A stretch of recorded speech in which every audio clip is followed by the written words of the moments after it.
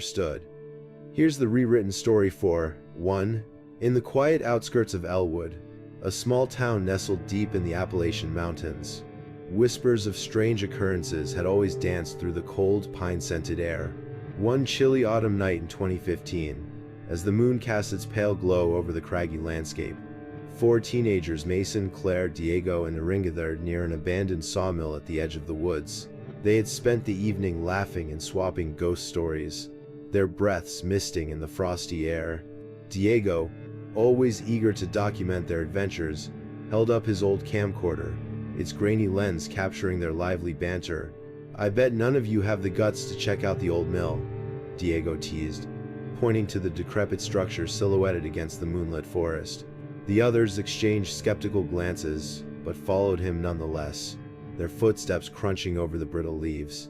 As they approached the sawmill, a faint rustling sound broke through their chatter. Claire froze. "Did you hear that?" she whispered, her voice barely audible over the wind. The group stilled, their ears straining to identify the noise. It was subtle at first, a soft shuffling, like dried leaves being stirred. Then came a sharp, deliberate crack, as if someone or something was stepping on a fallen branch. "Probably just a raccoon," Mason said, though his voice betrayed a hint of unease. He gestured for Diego to keep filming, determined to prove there was nothing to fear. Diego complied, his lens sweeping over the dense undergrowth. The rustling grew louder, closer, as though it was circling them, and then they saw it.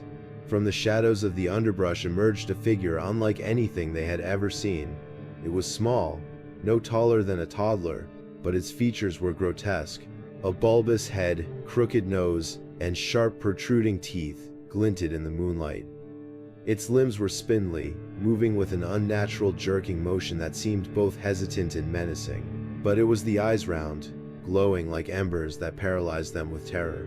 For a moment, the creature just stood there, swaying slightly, as though sizing them up. Then it took a step forward, its jagged nails scraping against a nearby rock. Aaron let out a sharp gasp, and the group instinctively backed away. "What the hell is that?" Claire hissed, her voice trembling. Mason, always the skeptic, tried to mask his fear with bravado. "It's just someone messing with us, a prank or something." But as if in response to his words, the creature let out a low, guttural, growlous sound that was both animalistic and eerily human. It reached down, scooped up a handful of pebbles, and began hurling them toward the group. The stones clattered harmlessly against the ground, but the intent was clear. It wanted them gone.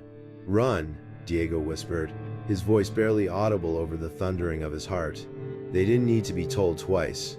The 4 of them bolted toward the safety of town, Diego still clutching his camcorder, its recording light blinking faintly in the dark. The next morning, after a sleepless night, Diego reviewed the footage. The camera had captured it all: the rustling, the growl, the stone sand. Most chillingly, the creature's glowing eyes staring directly into the lens. He showed the video to Mason, Claire, and Aaron, each of whom reacted with the same mix of disbelief and dread. Word of the encounter spread quickly through Elwood. Some dismissed it as a hoax or the product of overactive imaginations, but others weren't so sure. Over the next few weeks, more residents began reporting strange sightings near the sawmill. Glimpses of a small, shadowy figure darting between the trees, stones mysteriously appearing on doorsteps, and faint, inhuman giggles echoing in the dead of night. Local legend soon identified the creature as a wood sprite, a mischievous and malevolent entity said to inhabit the Appalachian wilderness. Older residents claimed to have heard similar stories from their grandparents, tales of sprites that would lure travelers into the woods, never to be seen again. Despite the growing fear, Mason, ever the skeptic, decided to return to the sawmill, determined to debunk the legend once and for all. Armed with a flashlight and a steel baseball bat, he ventured into the woods alone one crisp November evening. Hours passed, but Mason didn't return. When search parties combed the area the following morning, they found no trace of him, only his flashlight, flickering weakly at the base of a gnarled oak tree near the sawmill. The ground around it was littered with pebbles, The disappearance sent shockwaves through Elwood. Parents forbade their children from venturing near the woods, and the sawmill was officially declared off-limits. But despite the precautions, whispers persisted. Some claimed to see Mason's silhouette wandering the forest, his face pale and his eyes glowing like embers. To this day, the abandoned sawmill remains a place of foreboding, a chilling reminder of the night Diego's camcorder captured something beyond explanation. Those brave or foolish enough to venture near often report a strange sensation, as though they're being watched, and if they listen closely, they might hear the faint sound of stones clattering against the forest floor, or the low, guttural growl of something lurking just beyond the light. The Devil's Hooves in New Ashford. In the bleak winter of 2012, the small New England town of New Ashford was wrapped in a heavy blanket of snow. The streets lay silent under the weight of the storm, and the world felt frozen in time. But when dawn broke on February 12th, the townsfolk awoke to something that would shatter their quiet lives. Stretching through the snow-covered streets was a trail of strange, hoof-like prints. Each print was small, just 3 inches across and spaced precisely 10 inches apart. The tracks ran in an unbroken line from the town square into the dense forest beyond. But the oddest thing was how the prints ignored the laws of nature entirely. They climbed straight up the walls of houses, crossed over rooftops, and even passed through fences without disturbing them. By midday, word of the mysterious prints had spread. A crowd of curious, anxious townsfolk gathered in the square, murmuring theories that ranged from pranksters to wild animals. But as they followed the trail further into the woods, the whispers turned to uneasy silence. The tracks defied logic. They crossed frozen rivers without breaking the ice. They scaled boulders too steep for any animal, continuing in a perfect line. The more the people followed them, the deeper the unease settled in their bones. And then came the stories. An elderly woman named Beatrice claimed to have seen a shadowy figure moving through her backyard in the early hours of the morning. It wasn't human, she told her neighbors, her voice trembling. It was tall, hunched over, and it didn't make a sound. Just passed through, like it didn't belong to this world. Others began to speak of strange occurrences from the night before. Dogs barking frantically at nothing, lights flickering without reason, and an oppressive feeling of being watched. A few claimed to hear faint laughter carried on the icy wind.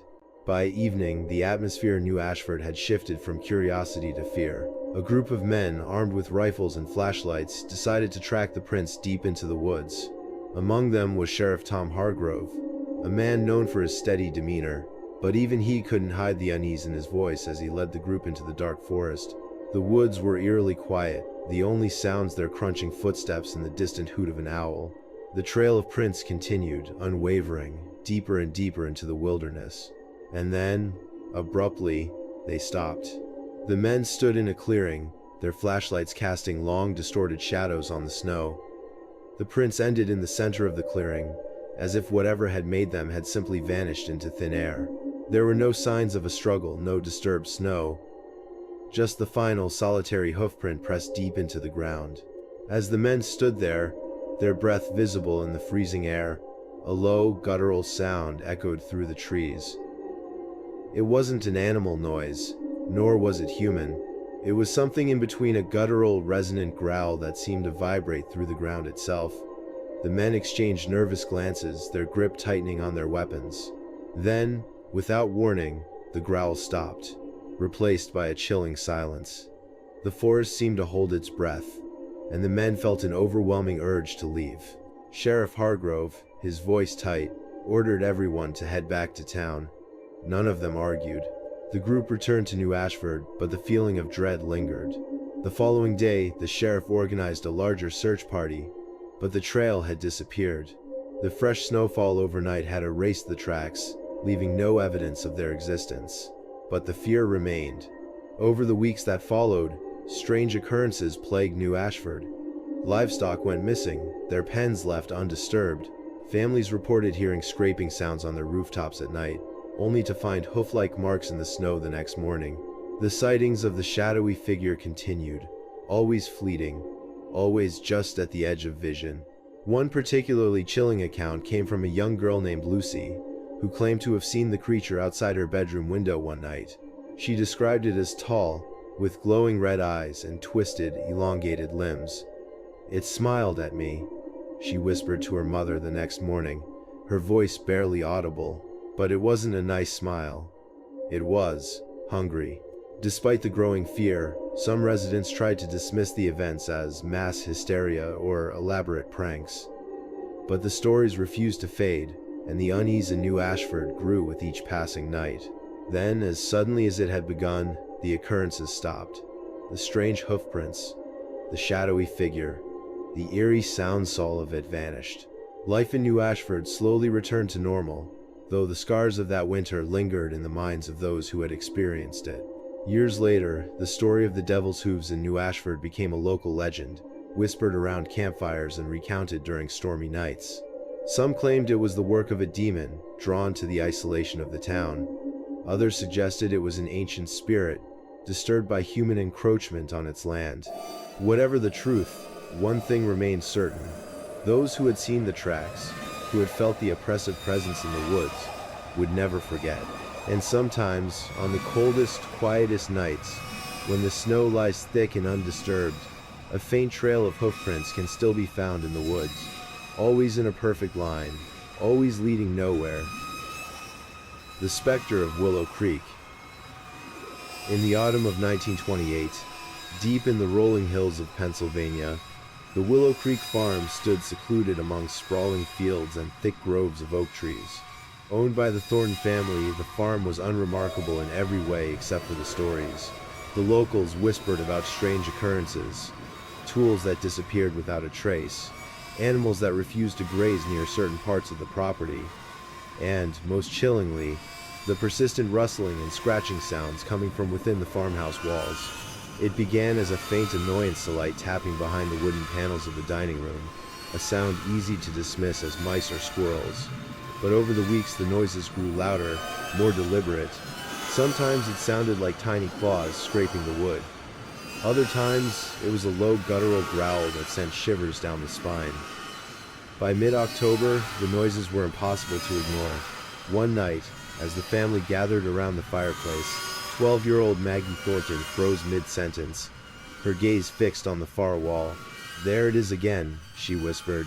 Her parents, James and Eleanor, exchanged uneasy glances.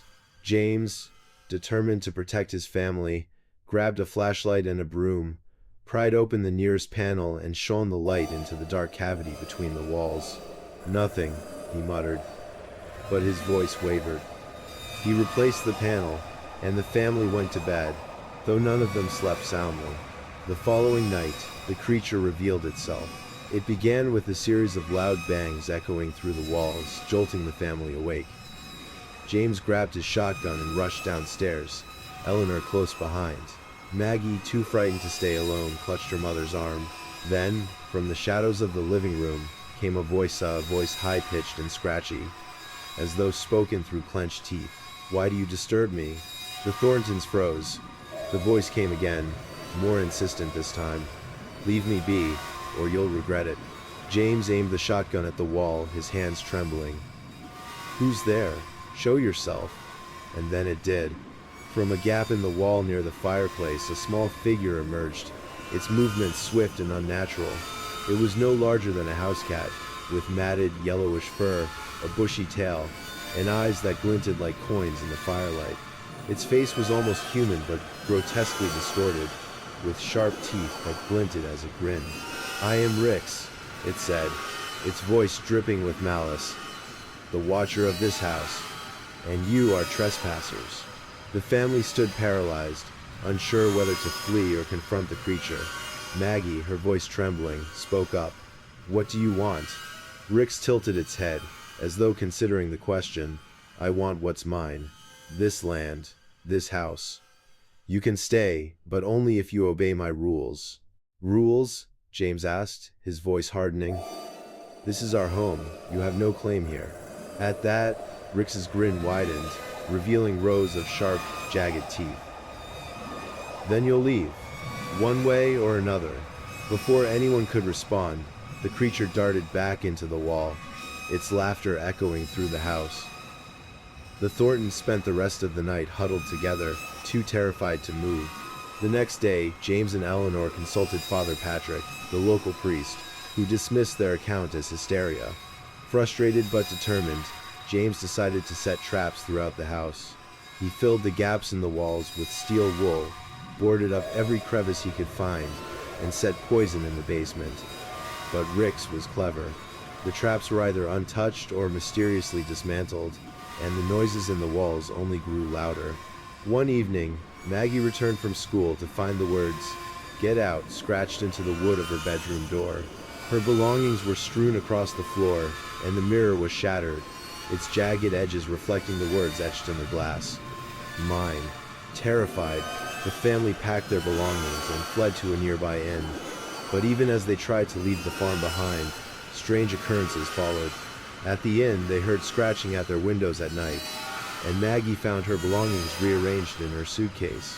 Determined to reclaim their home, James returned to Willow Creek Farm alone one fateful night. He carried a lantern and a Bible, his shotgun slung over his shoulder. "This is my house," he said aloud, his voice echoing in the empty halls. "You have no power here." The walls seemed to respond, groaning and creaking as though alive. And then, from the shadows, Rix appeared, perched atop the dining table, its grin more menacing than ever. "You dare challenge me?" it hissed. James opened the Bible and began to read aloud. The creature recoiled, its eyes narrowing. But as he continued, the air in the room grew thick, oppressive. The lantern flickered, and a chilling wind swept through the house.